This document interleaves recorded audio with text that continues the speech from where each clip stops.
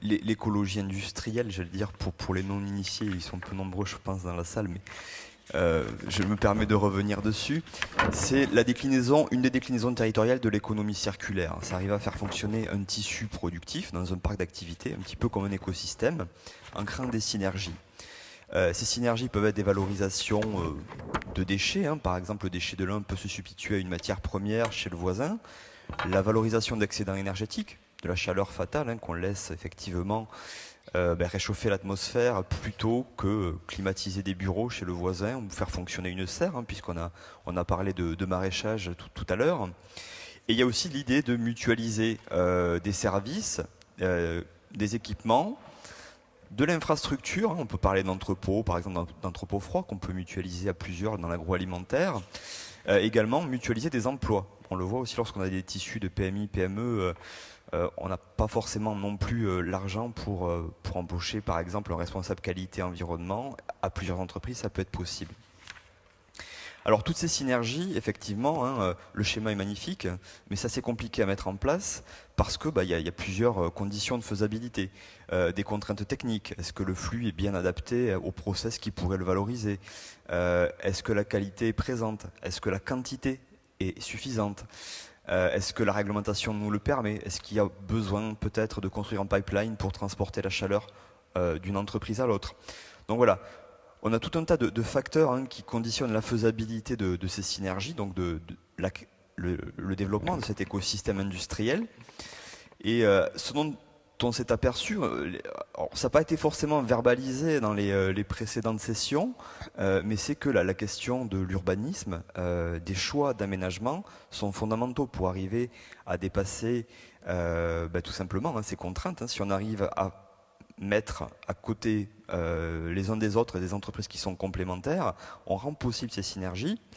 Et l'idée en fait derrière le projet de recherche, c'est d'arriver à appliquer, on va dire, trouver les bonnes recettes pour que ce parc hein, qui est en train de se créer puisse au mieux intégrer la mise en place de synergies au fil du temps. Hein. Donc M. Chauraud a parlé de plusieurs dizaines d'années. Hein. On est bien sur cette échelle de temps. Faut bien à chaque fois revenir à ce facteur-là. Donc, alors, il a parlé effectivement des grands choix de conception sur le réseau d'eau brute, le réseau de chaleur, des choses qu'on peut faire hein, au début lorsqu'on pense effectivement à la construction du parc. Je veux bien la zapette. Merci. Et au-delà, il a fallu se poser également un certain nombre de questions. Alors, des projets d'écologie industrielle en France, on en dénombre une cinquantaine. Hein, vous pouvez les trouver sur le site de l'association Auré. Ils sont référencés. La quasi-intégralité concerne des tissus d'activité qui existent. Donc on a essayé d'appliquer cette idée de bouclage de flux à des parcs d'activité, parfois des agglomérations, parfois des départements, en essayant de créer les synergies entre ces acteurs-là. Donc il y a des outils qui ont été développés hein, pour arriver à, on va dire, à mettre en place ce genre ces symbioses industrielles. Il n'y avait rien pour les parcs en création. Hein, on part vraiment j'allais dire, de rien. Il faut réinventer les outils qui permettent au fil du temps hein, de créer ces synergies. Donc on sait, en regardant un petit peu la littérature scientifique, qu'il y a des conditions nécessaires. Il faut par exemple hein, que les industriels, au-delà de leur complémentarité physique, hein, est-ce que le flux de l'un peut vraiment servir à l'autre, il faut qu'ils arrivent à collaborer, à échanger de l'information sur leur flux. Ça nécessite un climat de confiance. Donc tout ça, ça nous renvoie à la question de la gouvernance. Dans le cas des portes du Tarn, on va élargir aussi cette gouvernance aux riverains, hein, aux riverains de la zone industrielle. Donc les outils qui existent dans le champ de l'écologie industrielle aujourd'hui, il faut les adapter un petit peu à cette nouvelle approche hein, de création de parcs. On va interférer aussi avec le processus d'aménagement et de commercialisation. C'est-à-dire qu'on va aussi devoir développer des outils pour alimenter la décision de la SPLA dans les choix effectivement des entreprises hein, qu'elle va cibler pour sa commercialisation. On va essayer effectivement aussi de développer les outils qui nous permettent de positionner l'industriel candidat au meilleur endroit sur la zone en fonction des complémentarités qu'il peut avoir avec d'autres. Et le dernier élément, toujours dans le souci de transparence qui a été évoqué précédemment, c'est d'évaluer les performances environnementales du parc. À savoir, on va manipuler beaucoup de données, données de flux, de matière et d'énergie de toutes les entreprises qui seront mises à jour régulièrement. Il va y avoir aussi un certain nombre de mesures sur le trafic des véhicules qui vont parcourir la zone, etc. Et l'idée, c'est d'arriver à développer des modèles qui permettent d'évaluer, on va dire pas en temps réel, puisque toutes les données ne seront pas captées en temps réel, mais très régulièrement, les performances environnementales du parc et pouvoir les communiquer de façon tout à fait intelligible, j'allais dire à l'extérieur. Et donc, on a derrière tout ça, il y a un projet de recherche qui est donc soutenu par l'ADEME. Moi, j'assume donc la recherche que j'effectue au sein de l'Institut national polytechnique de Toulouse pour développer tous les outils nécessaires à l'accomplissement de cet objectif, c'est que les portes du Tarn soient un parc industriel fonctionnant sur les principes de l'écologie industrielle. Donc on est dans la recherche-action, il y a un joli terrain expérimental de 200 hectares et il faut arriver à développer tous ces outils en faisant des allers-retours incessants avec le terrain.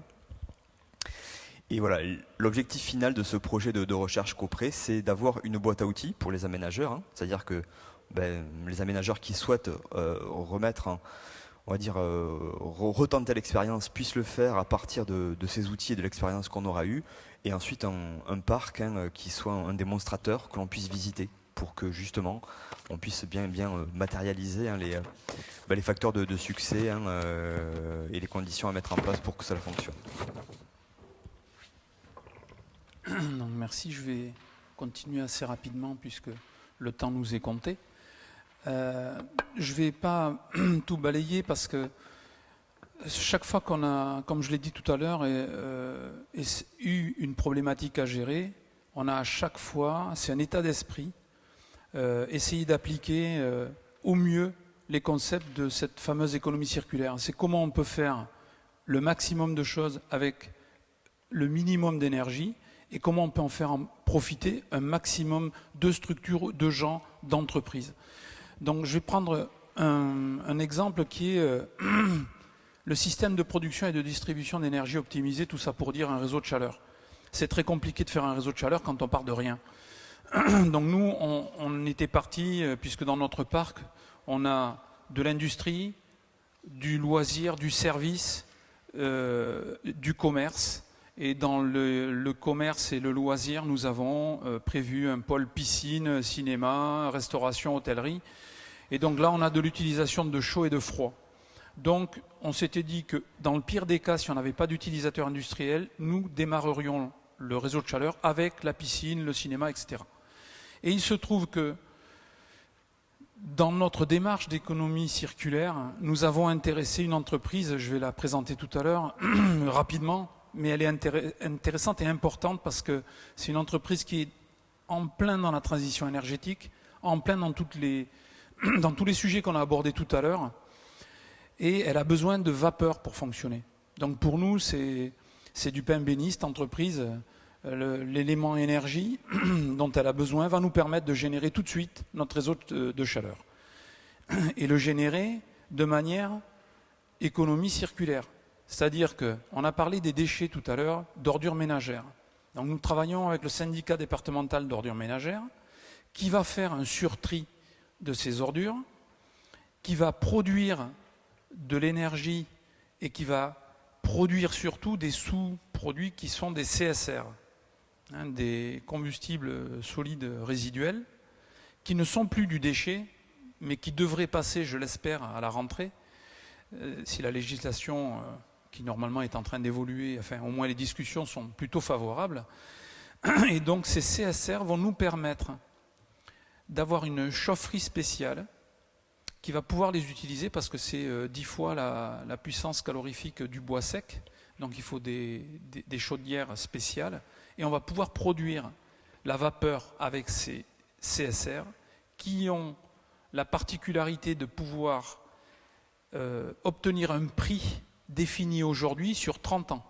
C'est-à-dire qu'on travaille avec un grand groupe, le syndicat d'ordures ménagères et un investisseur local qui va nous permettre de réaliser ça. Et donc là, on part des ordures, on fait de l'énergie, un sous-produit qui va nous permettre encore de faire de l'énergie, de la vapeur, et de produire pour une entreprise qui elle-même s'inscrit dans la transition énergétique. Et on revient. Donc, et ce réseau, on va tout faire pour que la population qui est à côté du parc puisse également en bénéficier. Donc voilà, c'est pour montrer que tout ça est une question d'état d'esprit et de réflexion à amener là-dessus. Je vais essayer de faire le plus vite possible. Là, c'était pour montrer un point. On voit sur la gauche de la diapo une noue paysagère. Alors les noues, moi je croyais que tout le monde en faisait et que c'était basique. En fait, non, c'est assez compliqué. Il y a très peu de gens qui en font pour le traitement de l'eau pluviale. Donc nous avons des choses assez compliquées qui ont été mises en place, toujours pareil dans le cadre économie circulaire. Je vais passer relativement vite. Voilà, je voudrais vous parler de cette deuxième entreprise qui s'implante chez nous. Je rappelle qu'on est encore en travaux jusqu'à la fin 2016 pour réaliser l'ensemble des aménagements.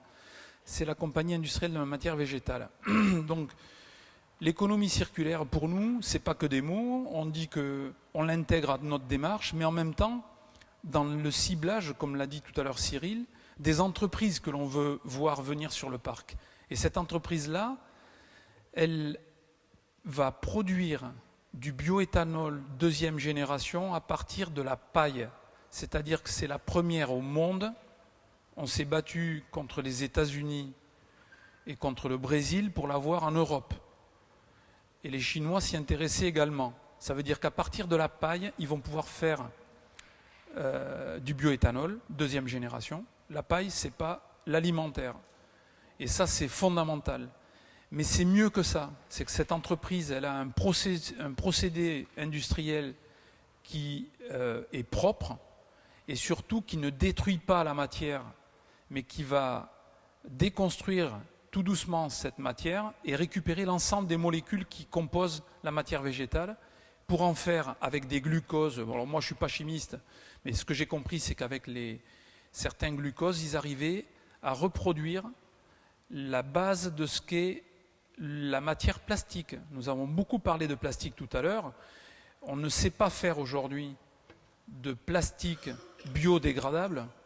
On mélange des bioplastiques avec de la matière qui, en se désagrégeant, produit des micro-particules de plastique. Par contre, ce qu'ils vont être capables de faire, eux-là, c'est vraiment une transition avec la filière pétrole. Ils vont être capables de faire du polyéthylène, des matières plastiques de charge.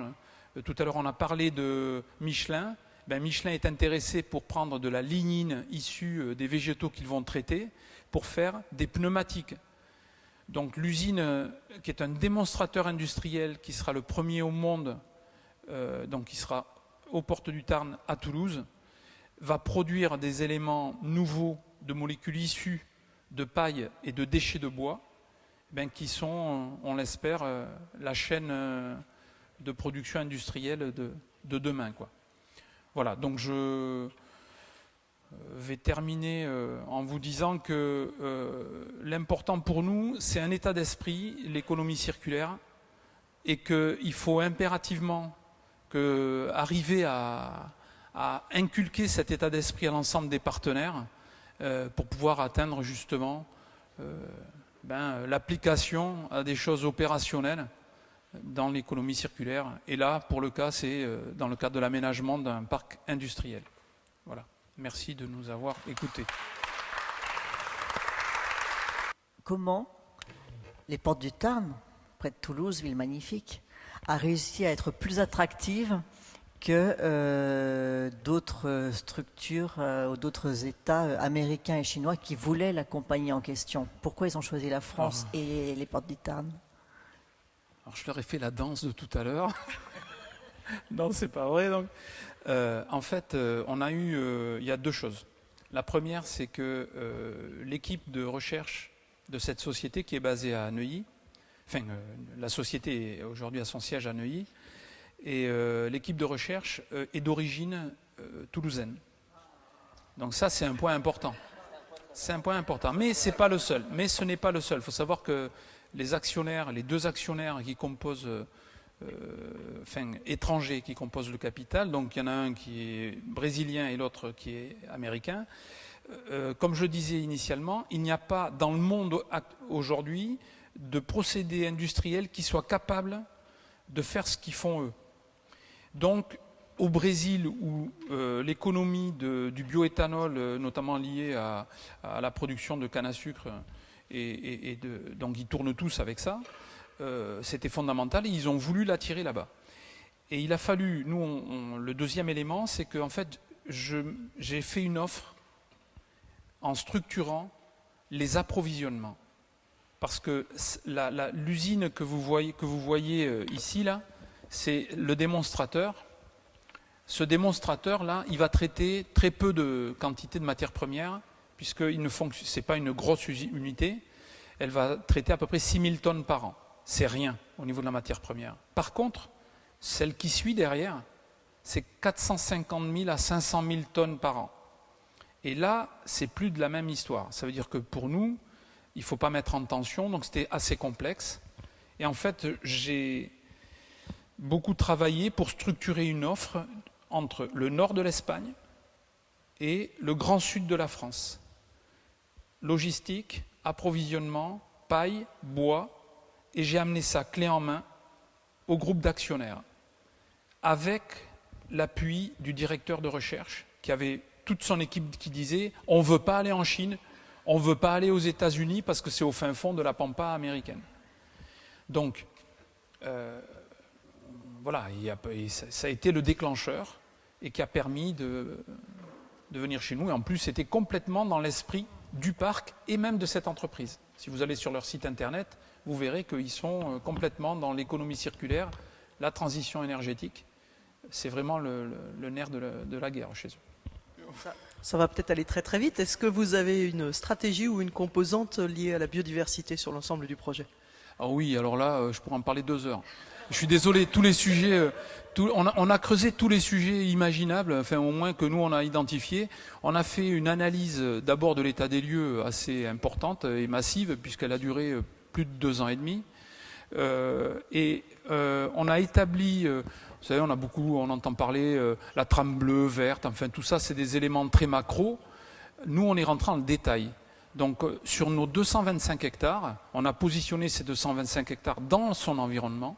Et après, on a établi tous les corridors écologiques que l'on pouvait identifier. Que ce soit lié à l'eau, que ce soit lié à la faune qui circule dans des endroits particuliers. Et on s'est attaché à ce que notre plan ne fasse plus que protéger ces corridors, mais les développe, les favorise. On a un plan de plantation de haies, on a, voilà, oui, on a un gros volet là-dessus. Et d'ailleurs, nous sommes le seul dossier au niveau français depuis 6 ans qui ait obtenu les autorisations sans passage à la Commission nationale CNPN, mais uniquement sur dossier présenté aux experts. C'est pour ceux qui savent ce que ça veut dire. Une question très courte. Est-ce que vous avez développé des critères écologiques que les entreprises doivent respecter s'ils veulent se situer là-bas? Alors, très court, la question en fait, elle fait appel à quelle est la stratégie que l'on adopte dans la gouvernance. Si, parce que ça fait référence à un règlement. Parce que qui dit avez-vous adopté des critères écologiques, ça veut dire qu'on les a écrits, qu'on les a mis dans un règlement et qui sont opposables. Par expérience, les règlements, ça ne sert pas à grand-chose. Souvent, quand il y a un règlement, on le détourne derrière parce qu'il nous embête, parce que les industriels qu'on veut faire venir, ils ne veulent pas avoir ça, ils ne veulent pas avoir ça. Donc, ce que l'on fait, nous, c'est on impose notre avis avant tout dépôt de demande d'autorisation. On l'impose, c'est-à-dire que c'est écrit dans le règlement, personne ne peut déposer aucune demande sans que nous on ait validé au préalable. Et on n'autorise que ce qu'on a validé. C'est-à-dire que même si quelqu'un achète 10 hectares et qu'il nous dépose quelque chose sur 5, il a 0 droit sur le reste. Et comme ça, chaque fois qu'on nous présente quelque chose, on le discute, on le négocie. Nous, on sait ce qu'on veut, on sait comment on veut y aller, on sait où on veut aller. Et tant que ce n'est pas d'accord avec ça, eh bien, et si ce n'est pas possible, eh bien, c'est pas possible. On a déjà refusé 4 projets qui ne rentraient pas dans cette éthique-là. Et bien sûr, moi, je ne suis que le bras armé de mes actionnaires qui sont des élus du territoire. Parce qu'ils ont compris que la qualité de ce qui va être construit dépend de cette exigence-là. Et ça, c'est beaucoup plus fort qu'un règlement. La contrepartie, voilà. Excusez-moi, qu'est-ce que vous appelez l'économie circulaire? L'économie circulaire? La notion circulaire, La définition de l'économie circulaire, c'est quoi? La définition de l'économie circulaire? Alors, je vais vous donner ce que moi j'ai en tête. Chaque fois que l'être humain fait une action, il y a un prélèvement dans la nature, quel qu'il soit. On prélève de l'air, de la pierre, du sable, on prélève quelque chose à la nature. Donc le fait qu'on le prélève, il faut que ce prélèvement-là, avant de revenir à la Terre, puisque quel que soit le cycle, même s'il se fait mal, on voit bien les plastiques, ben, ils reviennent dans la mer et ils sont dans la nature. Et ben, avant qu'ils reviennent à la Terre, il faut qu'on l'utilise au maximum de ses capacités. Et pour l'utiliser au maximum de ses capacités, il ne faut pas faire comme on fait d'habitude, c'est-à-dire on prélève, on le transforme et on en jette 30, 40, 50%. Parce que souvent on ne prélève que pour une partie. On pourrait prendre des tas d'exemples. Donc nous, on met en place, on n'est pas les seuls, mais quand une entreprise prélève quelque chose, il faut qu'on sache ce qu'elle a prélevé. Et quand on sait ce qu'elle a prélevé, et elle va nous dire, moi j'en utilise 50%. Donc les autres 50%, je peux les mettre à disposition. Je peux les vendre, je peux les faire entreposer, etc. Et à nous d'aller chercher l'entreprise qui, elle, va utiliser les 50%. Et elle-même, elle va peut-être en utiliser que 40, 50 de ces 50, etc., etc. Et quand elle va faire sa production, elle va le vendre, et ce qu'elle va vendre, ça va avoir une vie qui va s'achever, et après ça part dans les ordures ménagères, ou ça part en décharge classée, ou ça part en recyclerie. On est en train de passer des accords avec l'économie sociale et solidaire, dans laquelle je crois qu'il y a des gisements, mais ponctuels. Il y en a qui pensent qu'on peut tout faire avec, je ne pense pas. Le modèle économique, c'est quelque chose que je n'ai pas dit, mais tout ce qu'on fait a un modèle économique. Nos choix sont menés par l'identification d'un modèle économique à toutes les actions. Une action qui n'a pas de modèle économique, on l'exclut. Ça veut dire qu'elle n'a pas de vie, elle n'a pas d'avenir. Il faut qu'il y ait un modèle. Le modèle peut être lié à l'économie sociale et solidaire, mais ça veut dire que cette matière qu'on a retirée, on va l'utiliser un nombre de fois important avant de la renvoyer chez Mère Nature et de manière la plus propre possible, quoi. Ça, c'est ma définition de l'impact qu'on peut avoir. Mais quand je dis matière, ça peut être beaucoup de choses différentes, hein. Comme je dis de l'air, c'est tout ce que l'on prélève, quoi. Oui.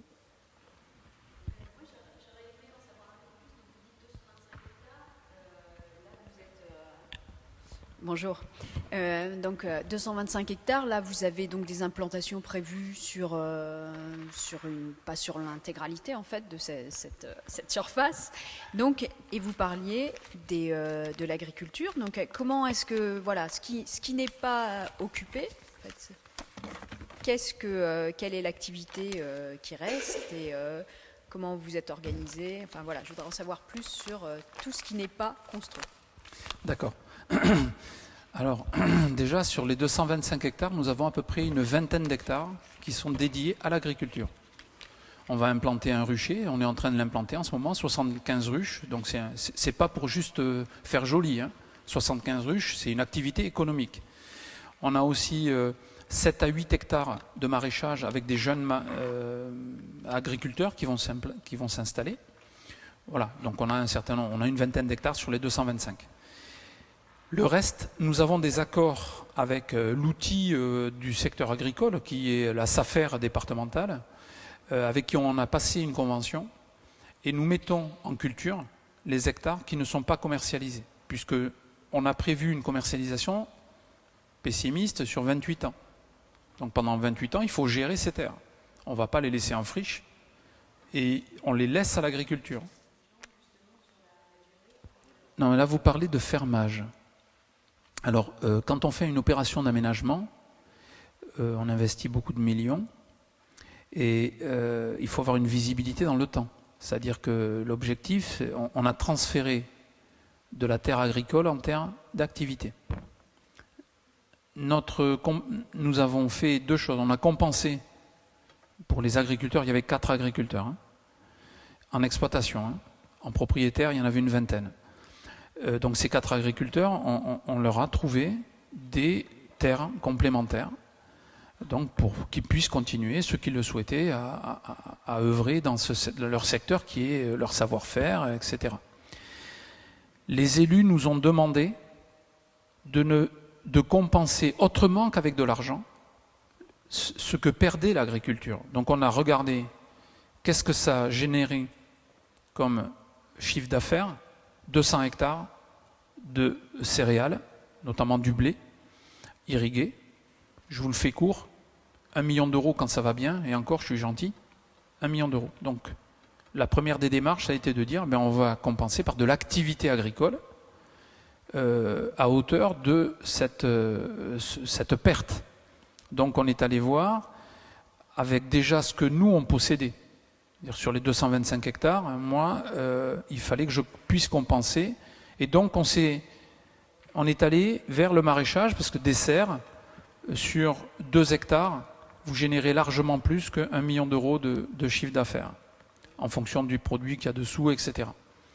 Et c'est comme ça qu'a démarré, je dirais, la réflexion en disant, en compensant autrement qu'uniquement avec de l'argent, si nous mettons en place une activité agricole qui a plus de valeur ajoutée, puisque dans 2 hectares de serre, vous générez à peu près 35 emplois. Aujourd'hui, 4 agriculteurs, 5 emplois. Avec les 4 agriculteurs, donc c'est 1 en plus. Donc nous, c'était de dire, mettons plus de valeur ajoutée et faisons en sorte que ça apporte vraiment ça. Et on est allé encore au-delà, puisqu'on s'est rendu compte, puisqu'on est allé voir le marché.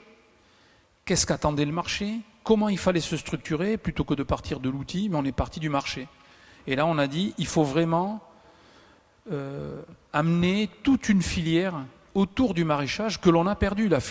Toute la couronne verte de Toulouse, et c'est pas que Toulouse, ce serait d'ailleurs ça quelque chose que l'on pourrait faire ailleurs comme analyse, comme diagnostic et comme opération à dupliquer. Des couronnes vertes qui se perdent parce que la ville mange sa proximité, eh bien, nous, on a dit, c'est une force pour nous. On a les consommateurs à côté. Mais pourquoi ils n'achètent pas chez nous? Parce qu'on n'a plus l'outil pour produire. On n'a plus en quantité suffisante. Quand on fait des marchés, ça va. Mais quand on va vendre en quantité à une métropole qui doit nourrir 1 200 000 habitants, ça ne marche pas. Et donc, on est parti dans quelque chose de plus complexe, de plus long, mais que je pense plus vertueux, c'est d'aller de la formation initiale, recherche et développement, formation supérieure, formation continue, et un outil structurant. Alors ça aussi, c'est le maître mot de ce qu'on fait. Chez nous, tout ce qu'on fait doit être structurant. Toutes les actions que l'on mène, on se pose la question pour nous, et tout de suite derrière, qu'est-ce que ça peut apporter au territoire voisin, à l'industriel voisin, etc. Écoutez, merci, je suis content de ce public merveilleux. Encore merci.